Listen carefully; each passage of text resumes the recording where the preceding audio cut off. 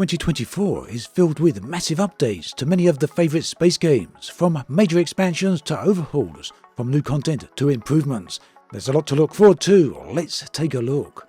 We start then with Everspace 2, and this is about to release its second major free update, which is called Incursions. It's planned for release in spring, and it will include legendary items, front-engine ship modules, revamped endgame content, as well as of course a load of bug fixes. Perhaps one of the biggest parts of this update though is that Everspace 2 will be migrating from the Unreal Engine 4 to Unreal Engine 5, and this is being done to future-proof the game and to make it easier for the developers to release updates and expansions going forward.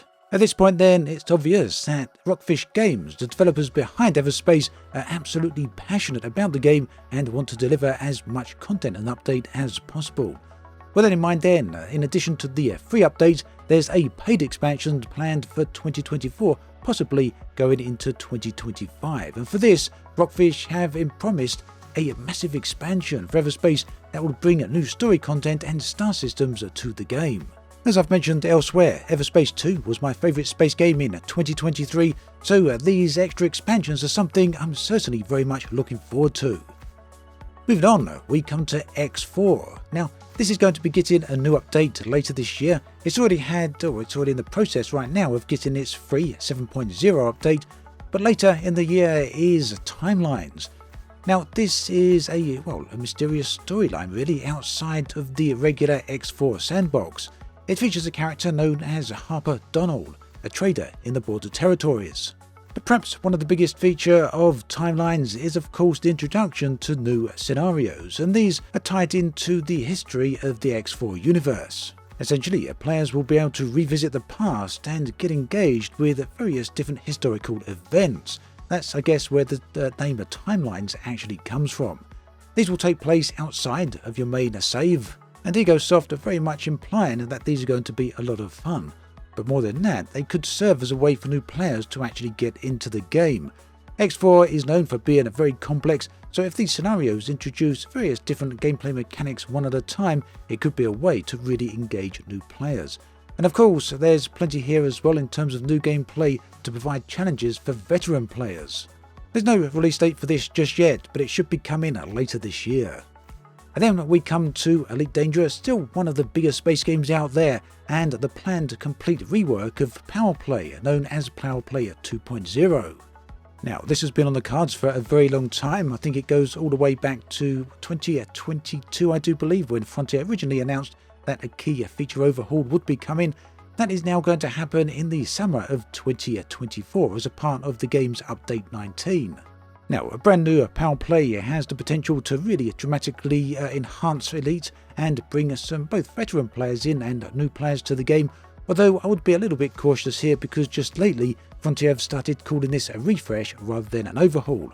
But that aside, they have showed off some elements, and what we've seen so far shows a new UI as well as some new gameplay elements inside the space stations, where stations will change depending on who owns them. We've also seen an improved map for the Powerplay interface. Now, some players are hoping that the rework will allow more direct control and management of systems by player-created factions and squadrons, such as the ability to construct and manage space stations and planetary bases. I think that's probably a bit of a reach. I can't see that happening, not really, but it's quite possible. That said, there may be some more involvement with player-created factions. That's certainly something I would like to see. As it stands right now then, details on Powerplay 2 are pretty sparse, but it's clear that Frontier are planning on revealing more details as time goes on, leading all the way up to the release in the summer. Very much looking forward to seeing where all of this goes. Next up, we have Starfield. Now, I know that this is a game that a lot of people have felt very disappointed about, but this particular release should have the potential really to rectify some of that at least. It is, of course, the Creation Kit, and it will finally put the tools into the player's hands to revamp and change much of the game as and where they feel needed. Now, officially, this Creation Kit, the tool to mod the game, is set to be released in 2024, but as yet there's no direct release date, although personally I was expecting to see it around about March. Now, the Creation Kit itself is seen as essential by modders to enable major mods and overhauls. Starfield's code is very difficult to modify without official tools.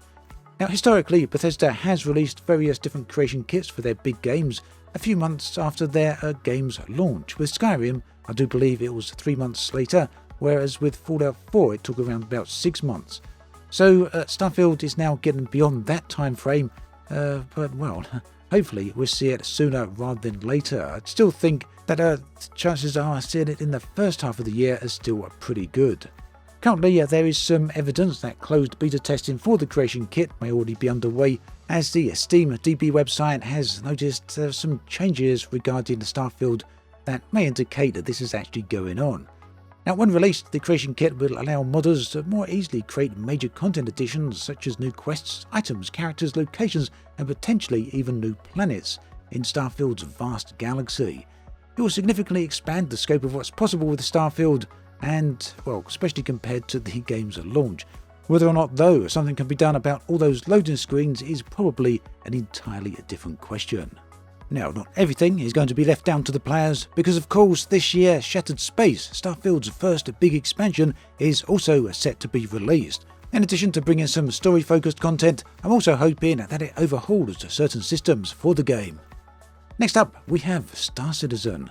Now, Alpha 3.23 is currently under testing and is expected to release at some point in April this year, so within the next few weeks. It was originally expected to happen in the first quarter of 2024, but now is slated for April or maybe a little later instead.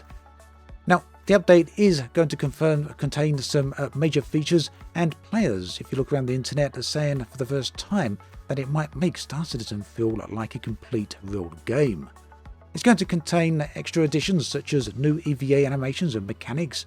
It's going to include also new personal interaction systems. Now, some of these things might seem a little bit small, such as improved weapon reloading animations, dynamic crosshair on combat helmets, and redesigned scopes and visors, but these are all little things that do stack up to make for better quality of life and a better overall experience. There's also going to be some new distribution centres for trading and missions, as well as combat, some master modules to make dogfighting more engaging with crews and combat speed settings, and precision targeting as zoom modes for easier ship combat. And that's without touching on the new shopping app, the really nice new star map, and a bunch of other things as well. So Alpha 3.23 then is likely to be released very, very soon. Finally, EVE Online, one of the, easily actually the oldest space game on this list. Every year, EVE Online continues to get updates, and this year is going to be something pretty spectacular, hopefully, fingers crossed. Either way, it's certainly going to be significant for the game. It's called EVE Vanguard, and it is an FPS addition to the game, built as a separate game, but launched from the same game launcher. It will also have some direct ties directly into EVE Online, so the two games will be able to directly affect each other. EVE Vanguard has been getting some testing throughout the early parts of this year, and will be getting some more testing as time moves on. And that hopefully should lead to one of the first major content updates for EVE Vanguard later in the year. Let's see how that goes, but this one has great potential. So there we have it, a whole bunch of updates coming to some really good space games this year. Looking forward to seeing where they all go. Thanks to everyone watching all the way to the end of this video, and if you're still here, why not check out some of the other videos listed on the screen right here. Thanks for watching, and take care.